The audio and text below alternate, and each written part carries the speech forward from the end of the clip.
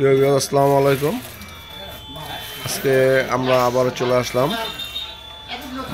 মাওয়া চন্দ্রবাড়ি বাজার তপন ভাই চার দোকানে। এখানে অনেক দূর দূরান্ত থেকে চা খেতে আসে। আজকে আমরা যারা চা খেতে আসে তাদের সাথে একটু কথা বলবো।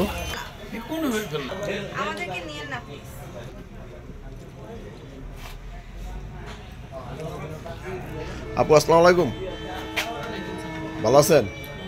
যে আপনারা যে চা খেতে আসলেন তপন ভাই দোকানে, মানে কোথা থেকে আসছেন? ঢাকা থেকে আসছেন না? এখানে আজকে আসছেন আর আগে পরে আসছেন? মানে চা খেতে আজকে আসলেন?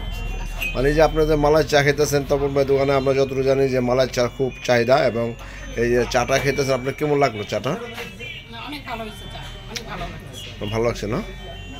প্রিয় দর্শক, আমরা কিন্তু এরকম অনেক সময় এবারকার ঈদে কিন্তু তপন ভাই একটা ছাড় দিছিল, এবং ওই ছাড়ের সময় যারা ভাগ্যবান তারা এই ছাড়টা পাইছে।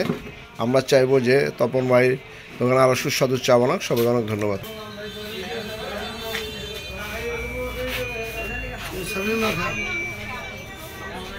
না না, ওটা